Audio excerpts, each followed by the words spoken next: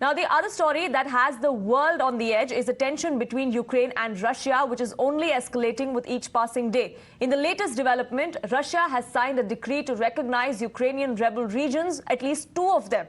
Now, Ukraine, in response, has hit out at Russia for wrecking the peace talks. This, even as we had seen several diplomatic channels working from around the world, including US, Germany and France, to get in a word from Vladimir Putin and to ensure truce between Russia and Ukraine. Считаю необходимым принять уже давно назревшее решение. Незамедлительно признать независимость и суверенитет Донецкой Народной Республики и Луганской Народной Республики. Прошу Федеральное собрание Российской Федерации поддержать это решение, а затем и ратифицировать договоры о дружбе и взаимопомощи с обеими республиками. 2 эти документа будут подготовлены и подписаны в самое ближайшее время.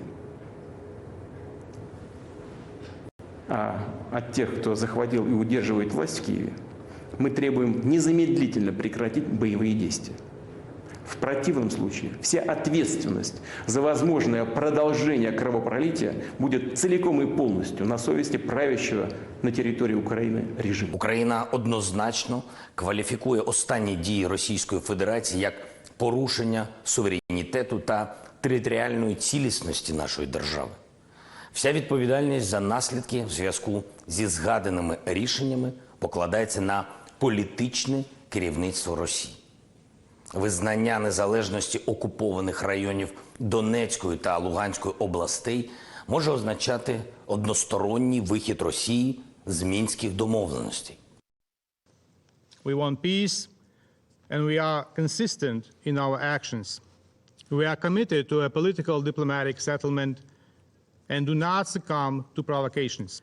We demand from Russia to cancel the decision on recognition and return to the table of negotiations. We condemn the order to deploy additional Russian occupation troops in the territories of Ukraine.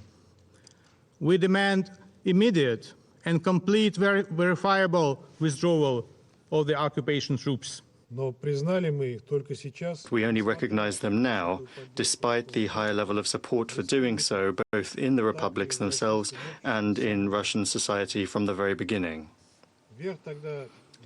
At the time, the hope won out that the Ukrainian Maidan regime would think again and would stop talking to their own citizens in the east in the language of cannons and shooting and threats and shelling.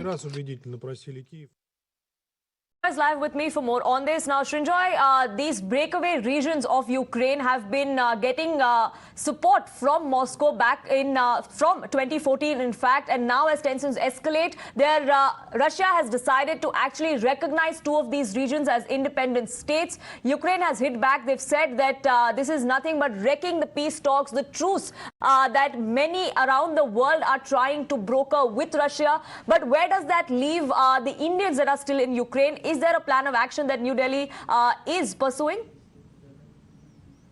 Yes, there are about 20,000 Indians in the Ukraine, and of the 20,000, about 10 or 12,000 are expected to go back if that is necessary. What we are hearing is that increase in number of flights. The government has also told all Indians in Ukraine, if they want to leave, they can leave immediately.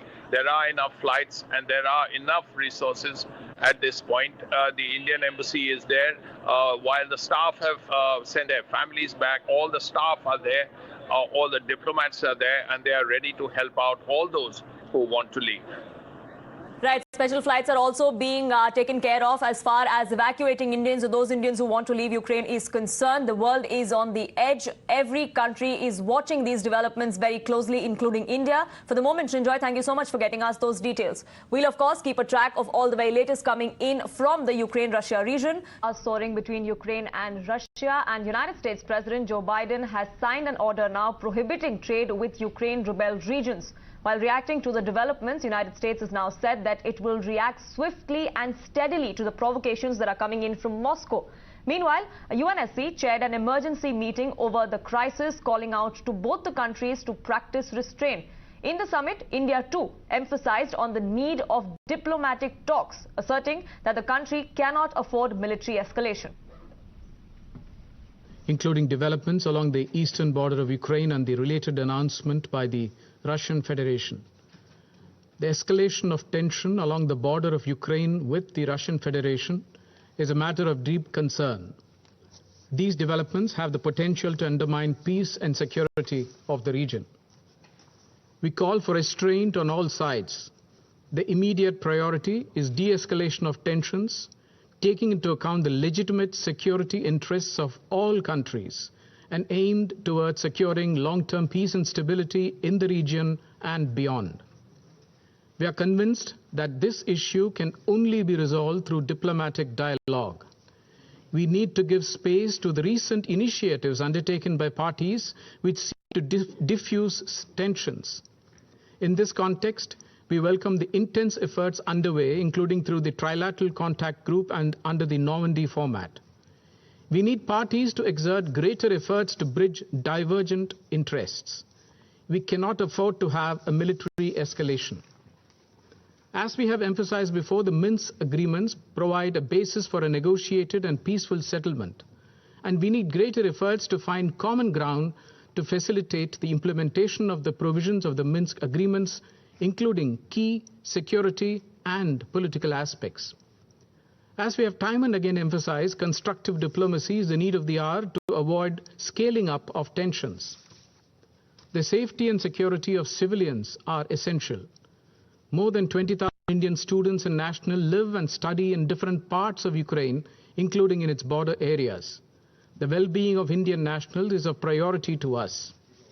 In conclusion, we strongly emphasize the vital need for all sides to maintain international peace and security by exercising the utmost restraint and intensifying diplomatic efforts to ensure that a mutually amicable solution is arrived at the earliest. ये जो Ukraine का मामला है, भारत यही चाहता है कि किसी तरीके से शांति स्थापित हो और बातचीत के द्वारा इसका समाधान निकाला जाए, यह भारत चाहता है। और अभी जो सूचना प्राप्त हुई है, उसमें अमेरिका के राष्ट्रपति मिस्टर बाइडेन ने यह कहा है कि हम रूस के प्रेसिडेंट पुतिन से बातचीत करने को तैयार हैं। यदि दोनों की बातचीत होगी तो मैं तो आश्वस्त हूं कि कोई न कोई समाधान निश्चित रूप से निकलेगा। भारत का जहां तक पक्ष है, भारत शांति चाहता है। Are we on the cusp of war? That's the question that's on everyone's mind, and Times Now, of course, is getting you the very latest from on ground in Kiev. Do stay tuned to Times Now for the latest updates coming in over the Russia-Ukraine crisis and, of course, the other top stories. But a quick break, back in just 2 minutes.